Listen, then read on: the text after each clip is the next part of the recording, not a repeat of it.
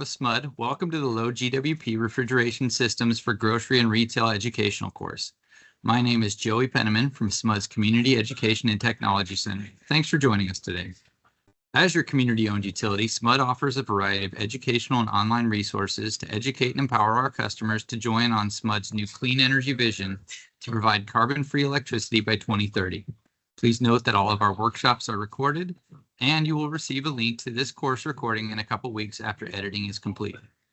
After the presentation, you will receive an email from SMUD requesting your feedback in a short survey.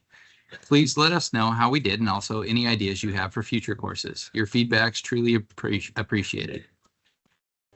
No doubt you will have a number of great questions for our presenters as this course advances. We absolutely want to encourage and welcome those questions. We would like to request that you ask your questions via the chat area on the side of your screen, and our subject matter experts will either respond via the chat or we will bring those questions up during our Q&A period at the end. If we aren't able to answer your questions during the time we have, I'll capture them and circle back with you after the course. And now it's my pleasure to introduce today's presenter, Yvette Waters, Chris Moniz, and Ed Esberg. Yvette is a registered dietitian by trade, and she has been leading both wellness and sustainability strategy for Raley's, utilizing both nutrition science and environmental responsibility. She develops initiatives that promote employee and customer well-being while aligning with sustainable food systems, focusing on a healthier future for both people and the planet.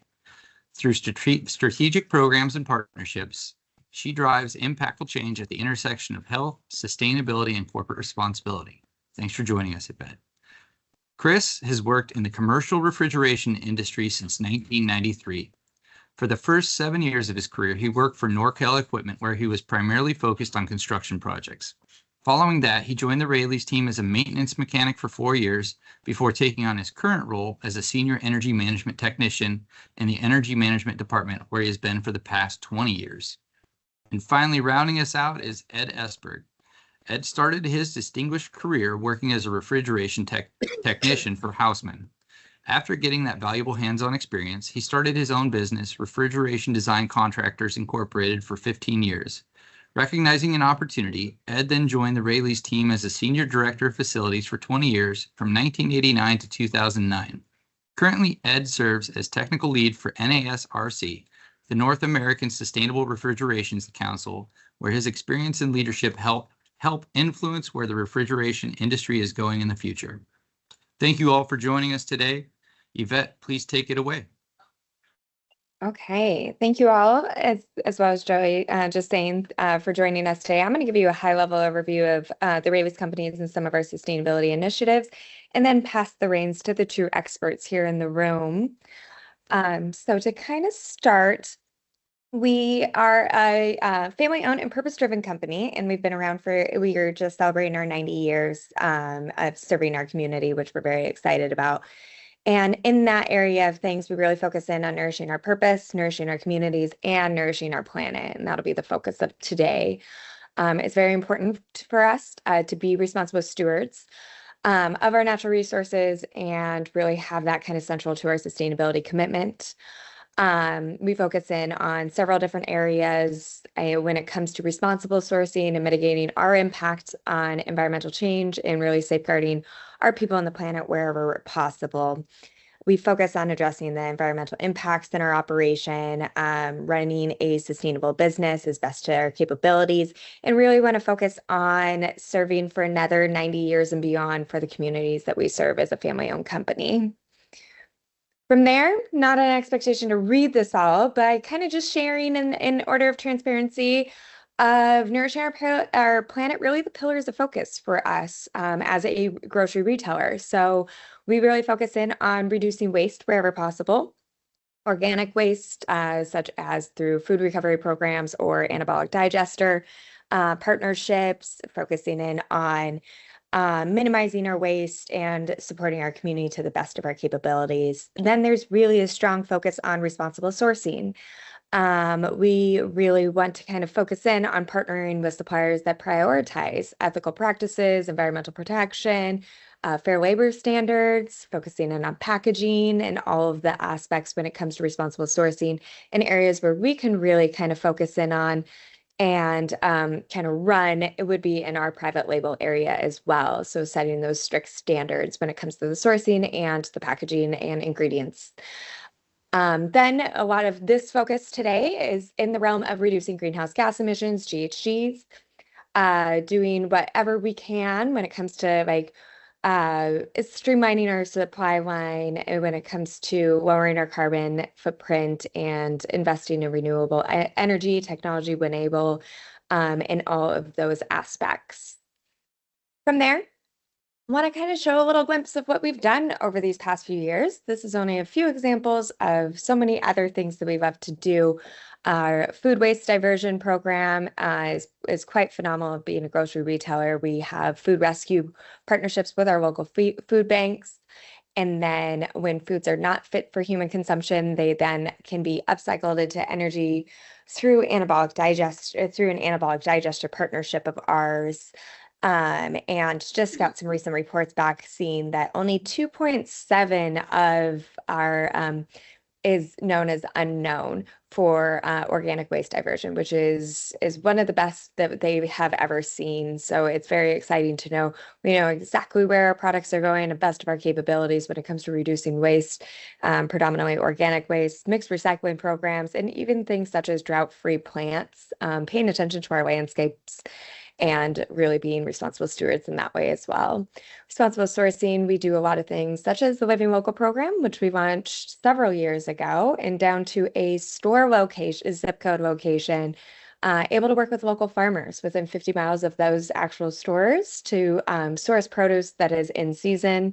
So Central Nevada, working with the local farmers versus, Central California and even in the Sacramento region.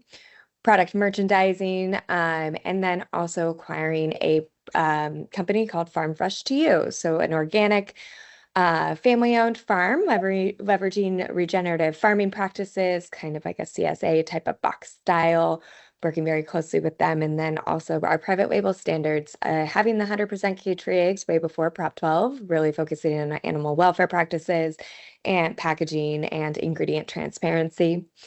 And then reducing GHG, so solar panels, utilizing different type of alternatives such as that, LED overhead lighting with the support of SMUD, and then our refrigeration systems, which we will dive in significantly more, and I'm going to pass it to Chris to really kind of take the reins in this area of things. All right. So at Raley's, when we design our stores, we're always looking at kind of all the different energy areas and resources. So we're looking at water, we're looking at sewer, electricity, and natural gas. So in terms of electricity, throughout the years, as electricity has gotten more and more expensive, we've kind of cut the low-hanging fruit to begin with. We've put LED lighting in pretty much every single store, motion sensors on both the cases and in the offices where we don't control the lights through our computer system. We've also installed variable frequency drives on a large number of our air handlers, and probably about 25 or 30% of our compressors also have variable speed drives on them.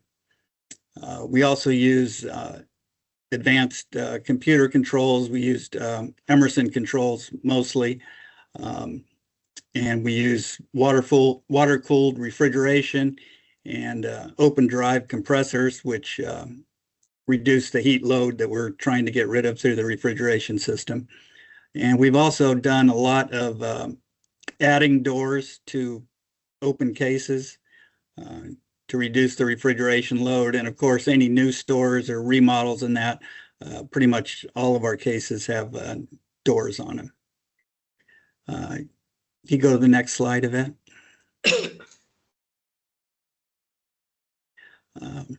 So the first thing I was going to talk a little bit about is saving water.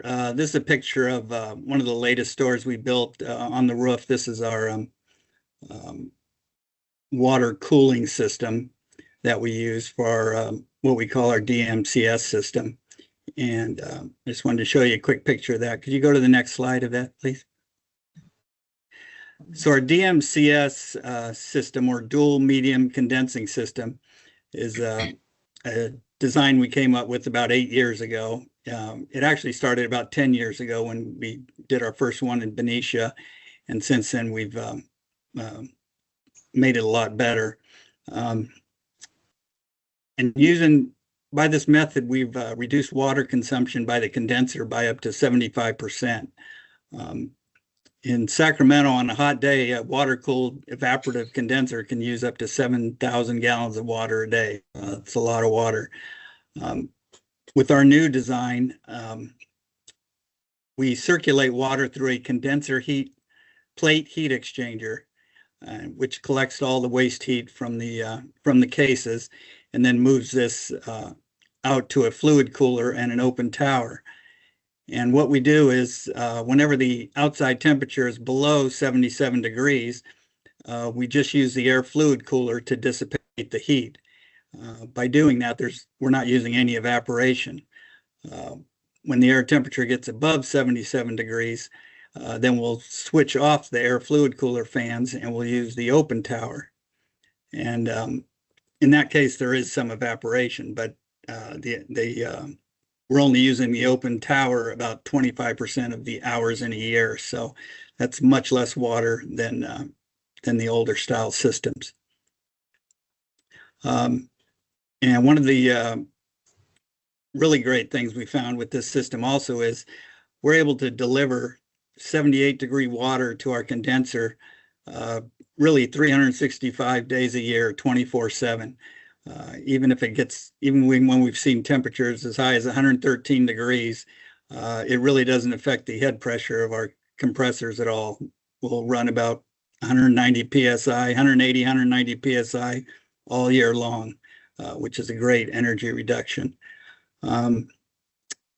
And finally, the other thing with this system is because we're using a plate heat exchanger instead of a large evaporative condenser, we're able to reduce our refrigerant charge by about 30%. I almost think we've even got up to 40 or 50%, but I'll let Ed confirm that. And from there, I'll let Ed take over with our heat reclaim. Thank you. One of the other things we're working on is trying to reclaim all of the waste heat from this refrigeration system. An average store has about 1,500,000 BTUs. That's on a design degree day, and we have to remove that heat from all the refrigerated product and move it to the outside air. At the same time, the space heating load in the wintertime is about 600,000. The domestic hot water load year-round is about 200,000 BTUH. So the question that's been bothering us for a long time is, why are we purchasing any gas or electricity to meet these needs when the refrigeration system has more BTUs than we can use for our space heating and domestic hot water? Historically, we've done some form of heat reclaim, but we've never utilized 100% of the waste heat. And about 4 years ago, we decided that we wanted to try getting 100% of the waste heat. So we're now developing a system that will use 100% of the waste heat from the refrigeration system before we have to buy any additional energy for domestic hot water or space heat. That may sound pretty simple, but it's really complex because the temperature differences and the proper temperatures for condensing, and then to get the temperatures right for space heating and domestic hot water, it's a little bit of a trick. But we expect to implement this in our next 2 or 3 installations. We've been working on it for 3 or 4 years now, and I think engineering-wise, we have it figured out, but we just have to put one in and really make sure that it works. Next slide, please.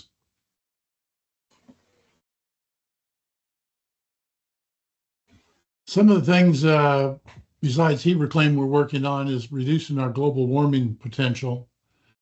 We recognized this problem back in 2007.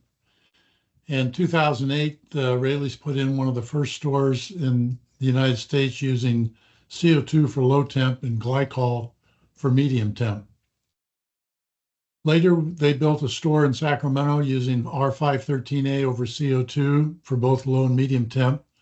So we've been making progress moving forward. 4 years ago, Raley's opened a 0 GWP store in Sacramento, using ammonia over CO2. And currently, that's the only ammonia over CO2 store in the United States. Much of the industry is moving towards transcritical CO2 systems to meet the global warming potential problem. Raley's is still evaluating the transcritical systems, which have quite a few issues, one of them being high energy. They operate at very high pressures, 12 to 1,300 pounds pressure. Historically, they've had a high leak rate of CO2. Some are claiming well over 100% on a national level. So those are problems that we want to look at before we commit to that. Refrigeration systems with less than 10 GWP tend to come with a very significant energy penalty, and we're not willing to give up on the energy penalty. A decision is needed soon as regulators phase out HFC refrigerants and possible low GWP A2L refrigerants are also being targeted with PFAS. And we haven't talked about PFAS yet, but that's something that's coming. The only true future-proof refrigerants are ammonia, CO2, and propane, but each has its drawbacks. Ammonia is toxic. CO2 operates at very high pressures and is currently inefficient energy-wise. And obviously propane is flammable and can't be used in a store in great quantities. Next slide, please. So this is a graph we put together showing Raley's progression through this GWP problem.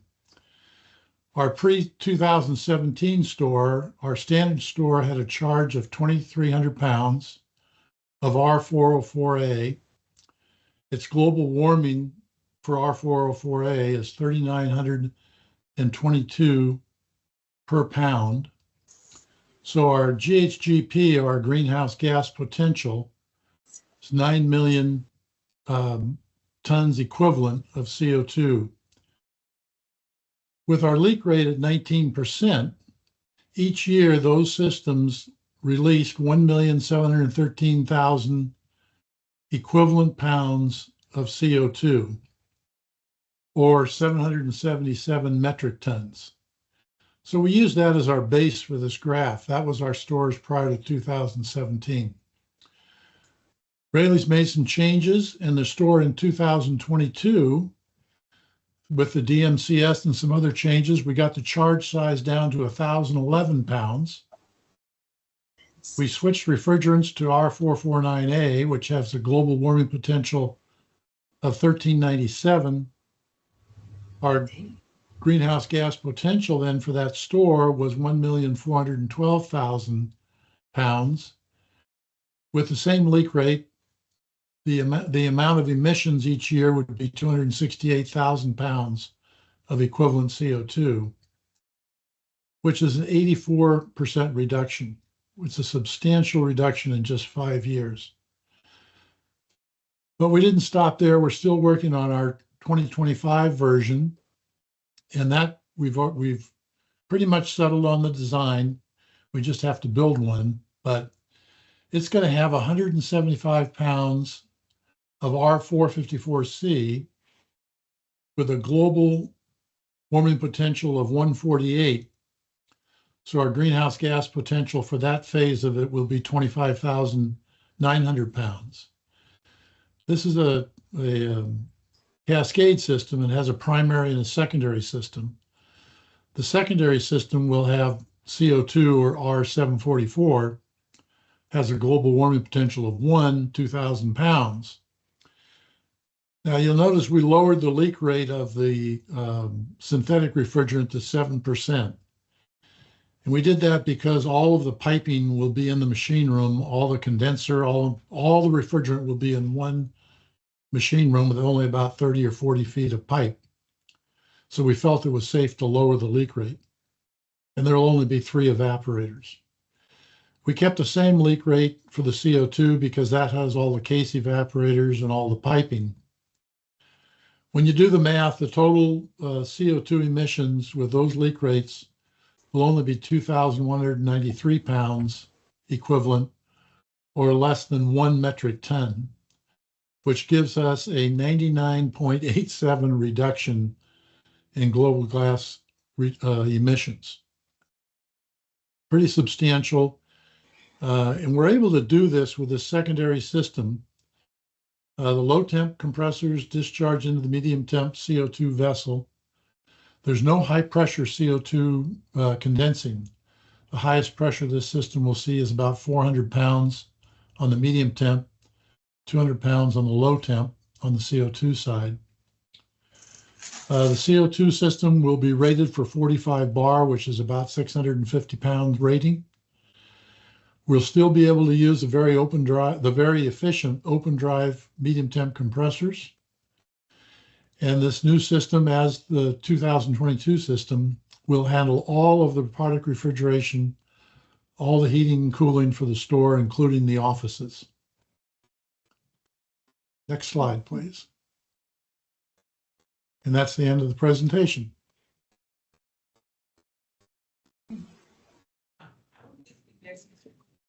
Awesome. Thank you, Ed. Thank you, Chris. Thank you, Yvette, for walking us through that. As folks in the crowd start considering questions they may have for you, I've got a couple of them of my own. I've had some time to chew on these topics and form these questions, so I'm a little bit ahead of the curve, and there's been a lot of great information conveyed. So one of the big ones that I've been chewing on ever since learning about the legislative changes that are coming in the legislation that became effective on January 1 is about what should I do right now as a business? So with these impending legislative requirements coming with more stringent GWP requirements, would you recommend that businesses have to replace their refrigeration systems in the next 4 years? Should they instead start thinking about the 2030, 2031 requirements for GWP? Would that be a wise choice in your opinion right now to consider converting to those systems? Or do you think it's safe to convert to the current requirements that are out there? That's a tough question. You're asking me that question, Joe? I'm all ears for you, Chris or Yvette, that want to weigh in on your thoughts on it. But I'm a big fan of future proofing if we can. But is it cost prohibitive? Is the technology available? Are there going to be concerns about getting a refrigerant to recharge those systems yet right now, or is that on the market? Well, if you're doing a complete remodel or building a new store, I would strongly urge to use a less than 10 GWP system, or do the system that we've designed for the 2025 Cascade primary secondary system. It is very expensive. There's no doubt about that, and especially on a remodel where you have existing equipment. Unfortunately, the new refrigerants, none of the existing piping, condensers, cases can be saved. You have to replace everything, and it's very expensive.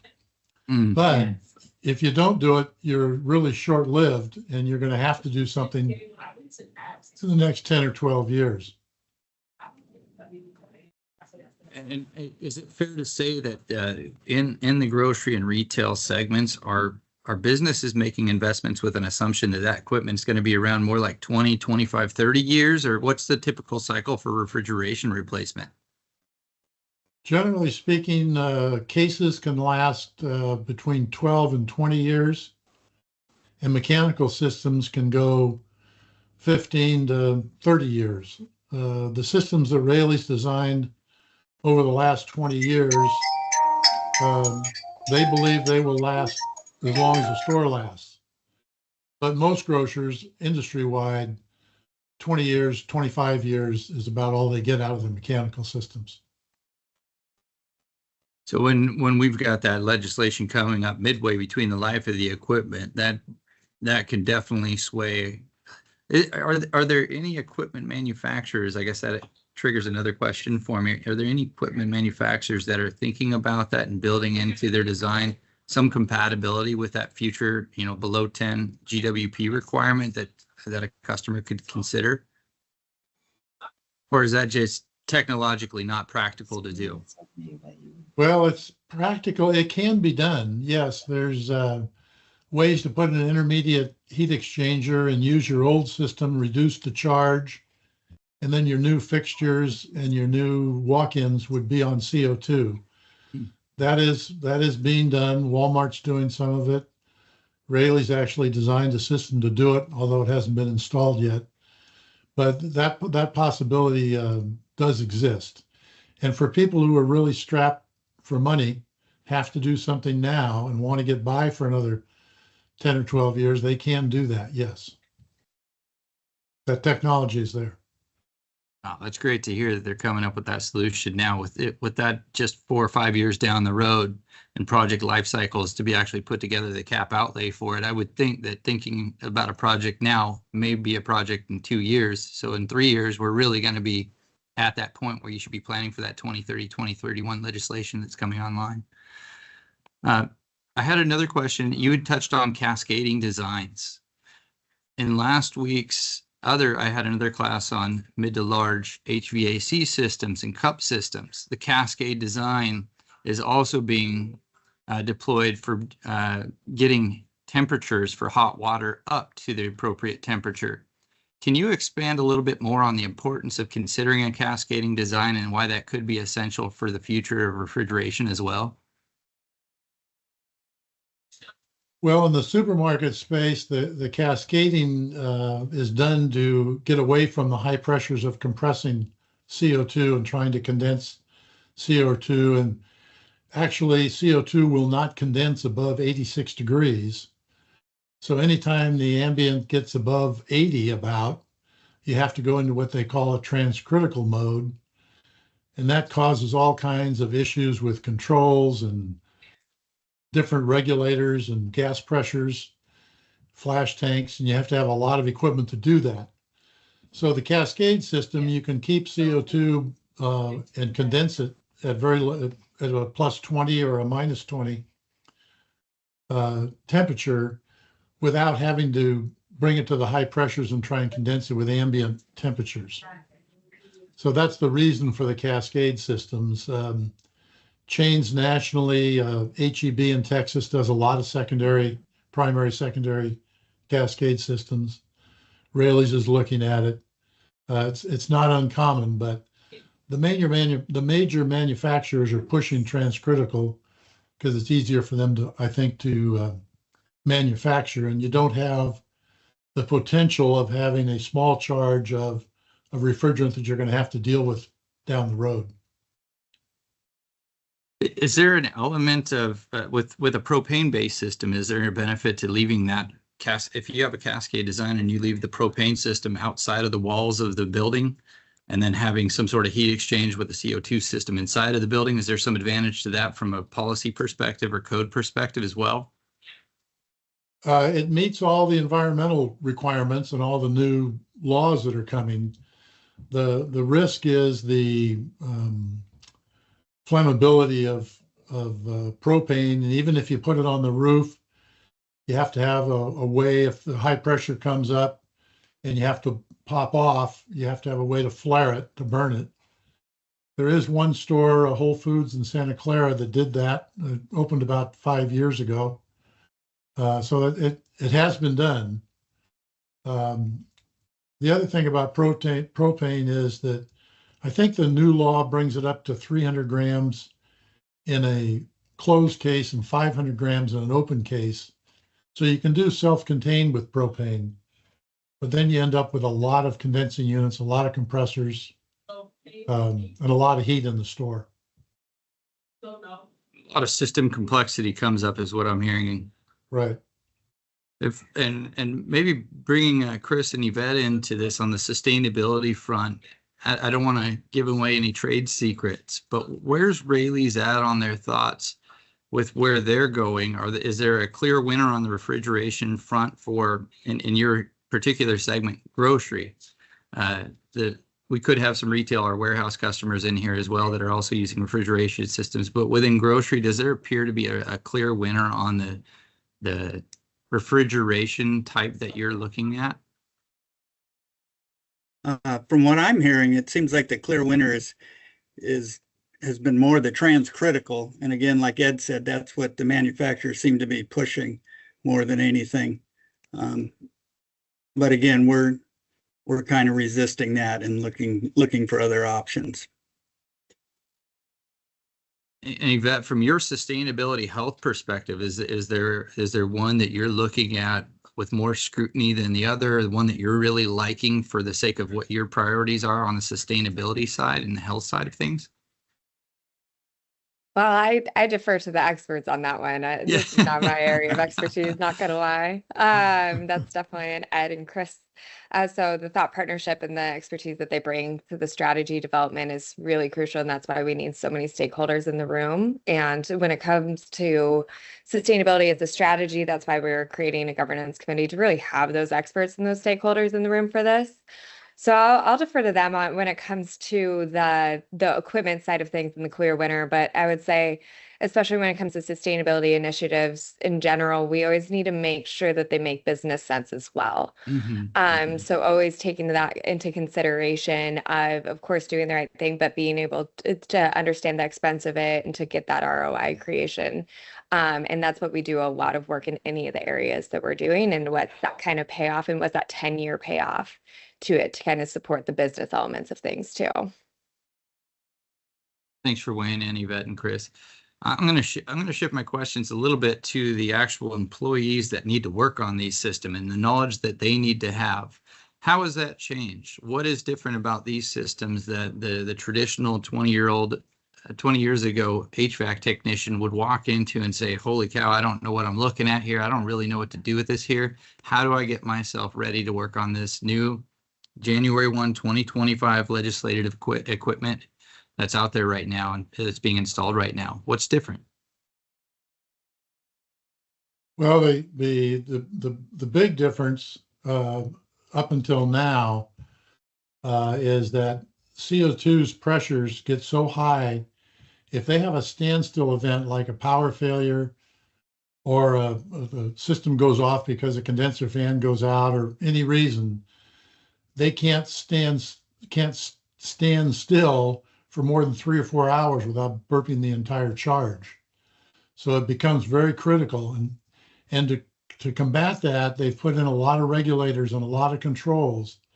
And the computerization and the number of controls and the programming is very complex. And people are working on this. NASRC is really working on a training program. They have 3 or 4 training sessions a year, and they're doing more recruiting in colleges and elsewhere to get people trained. But it's a big problem. And before we get too far off, I might want to mention that we talked about the cost of these things. Right now, the state of California under the FRIP program has a incentive program that can give a grocer up to $500,000 or more to make these conversions to try and offset some of this extreme cost that we're seeing until this equipment becomes standard and we get the pricing down. So anybody who's listening who's interested in doing something, they might want to look into that FRIP program. Great segue into a question that we have coming from SMUD's very own Kathleen Ave. She's an expert on this in-house for us. And she has a question about understanding the resources that Raley's uses to evolve their designs. Are they created, embedded, then tested by Ed and his expert staff with additional technical consultants outside of that? And how feasible is the implementation of these designs for small-scale independent grocery stores? A couple of facets to that. So please answer as you see fit. I'll answer the first part. A lot of this stuff is driven by Ed. He's amazing. The stuff that he comes up with and through the years, and I think he lives this stuff 24/7, and he's always full of great ideas. So that's really where most of our ideas come from.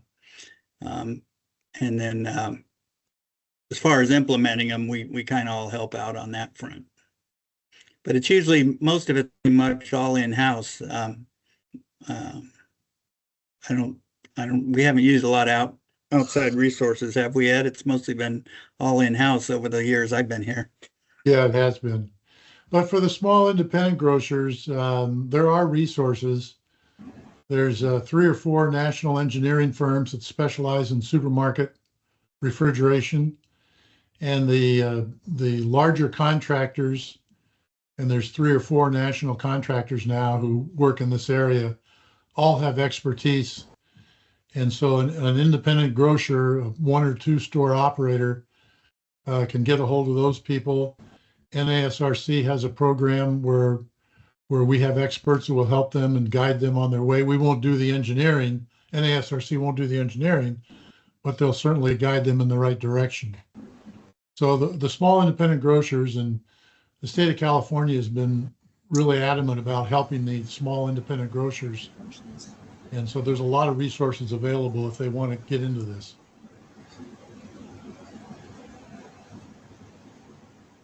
Awesome. Thank you for chiming in on that. It's pretty handy to have an Ed in your back pocket, I imagine, to call on for some of these inspirational ideas and advancing this. It looks like we got that question answered. Thank you, Kathleen. One of the other resources I wanted to open up a conversation about is what kind of partnerships there are out there. You mentioned FRIP and the incentives they bring to the table. SMUD used to have a natural refrigerants incentive program. I think that's on pause right now, but are there other ways that you were able to partner with the likes of a SMUD or other community partners or government programs, apply to grants, any other ways that you're able to help fund some of these projects? I'll let Chris answer that one. Yeah, we do. I don't really deal with that directly that much. My boss, Ross Wasson, kind of handles that. But he does, I'm part of implementing some of those things. I know we just went through some, they're not really huge design projects, but for example, putting ECM motors in cases, doing the demand reduction in the summer. We just did a big project getting that all set up, and putting the variable frequency drives on air handlers. That was also something that was rebated to a large degree, so the ROI on that was really good. So, and I'm not 100% sure. I think we did actually both PG&E and SMUD. I think we worked with both on this last project, but I'm not 100% sure on that. Yeah, fair enough. This is a little bit of a selfish plug because the account manager, we call them strategic account advisors within SMUD, is here with us today, and Cole Ellen is on the line. So as another resource, SMUD is available. We have a whole department. I point upstairs because I'm below them. I call it upstairs, where we do have engineers on staff, and in circumstances that are appropriate, we're able to bring those folks online into the project that also help provide some free advice and consulting for our customers. Typically, it's through the lens of efficiency and carbon, as well as like a energy demand reduction, power demand reduction, so that we can potentially look at smaller infrastructure. I mean, you may have heard a little bit about how AI is taking up grid infrastructure. EVs are coming online. We're electrifying. So from a utility perspective, we're trying to look at how to support our customers, all of our customers, as holistically as possible. And that's another resource that's available for anyone looking at having to convert their refrigeration systems. There's a great question in the chat. Another friend of ours, Josh, is asking, can you give an example of the demand reduction strategies that you have implemented? Yeah, the two that we do is lighting. We'll turn off a certain amount of overhead lighting when demand reduction is called for. And the other, the bigger one really is we'll turn off our main air handler.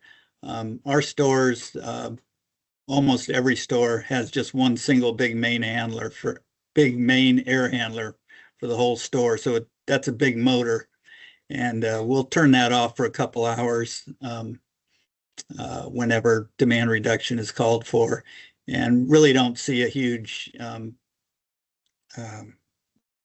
change in the store atmosphere. We're still cool. We can still stay cool long enough so that customers aren't complaining or anything like that. And it does save a lot of kilowatts for that time period. Yeah, that's a great line of question and a great example, Chris. From the utility perspective, we'll call we call it the Power Direct program for our customers to give us an opportunity to engage them, and instead of going out into the market and purchasing power for a large amount of money, or because there may be a risk of power shortages, I visualize this magic button, the easy button, right? That our power traders could potentially hit and activate this program to say, hey, customers, if you can reduce, we can actually pay you instead of going to the market and paying for, let's just call it a natural gas peaker plant to come online to add that power to the grid. And that may have a higher cost. So if you are interested in participating in that program as well, you can be compensated by SMUD. You'll also, as Chris pointed out, save energy, because typically that's going to be done at a time where the temperatures outside are a little bit higher and your equipment may not be operating as efficiently. So you would be saving a pretty significant amount of energy and getting a check from SMUD on an annual basis for your participation, while also being a great community partner to help keep our grid up. So thank you for participating, Raley's. Really appreciate you as a partner. You've been an ally for a long time and a leader in this sustainability movement. Feather in your cap for sure. So I'm checking to see. There's a little plug in there. Somebody dropped a link to the FRIP program that is offered through, I believe, CARB, California Air Resources Board. And I believe their round 2 is open right now. If anyone is interested in looking at that, I think Ed had mentioned that earlier, another resource. And then Cole mentioned the HRGP program, which is available for smaller businesses and corner stores to help in low income or low access areas throughout California. So a couple of options to take a look at for your business potentially to help pay for some of these measures. So I'm going to call my line of questions wrapped up. You've done a great job answering my curiosities, so thank you for taking a crack at them. If there's not any more questions coming in, I think we're going to get a few minutes back from lunch. Very good. Well, I'm going to wrap us up for the day and say a big thank you to Yvette, Ed, and Chris for coming to the table today to talk about the Raley's low GWP conversion experience and what they've learned along the way, giving us some heads up and good answers on some of the questions that we had. And I'll also share, this has been about a year in the making, so it feels like the end of a saga of an effort that we have had going on for quite some time. So very excited to have been able to offer this for a segment-specific offering on low GWP refrigeration systems. Thank you all for joining, and as mentioned, the recording will be sent out to you in a couple weeks after I've completed the editing. All right. All right. Thanks, Joey. Thank you. Thank Appreciate you, it. everyone. Have a wonderful day.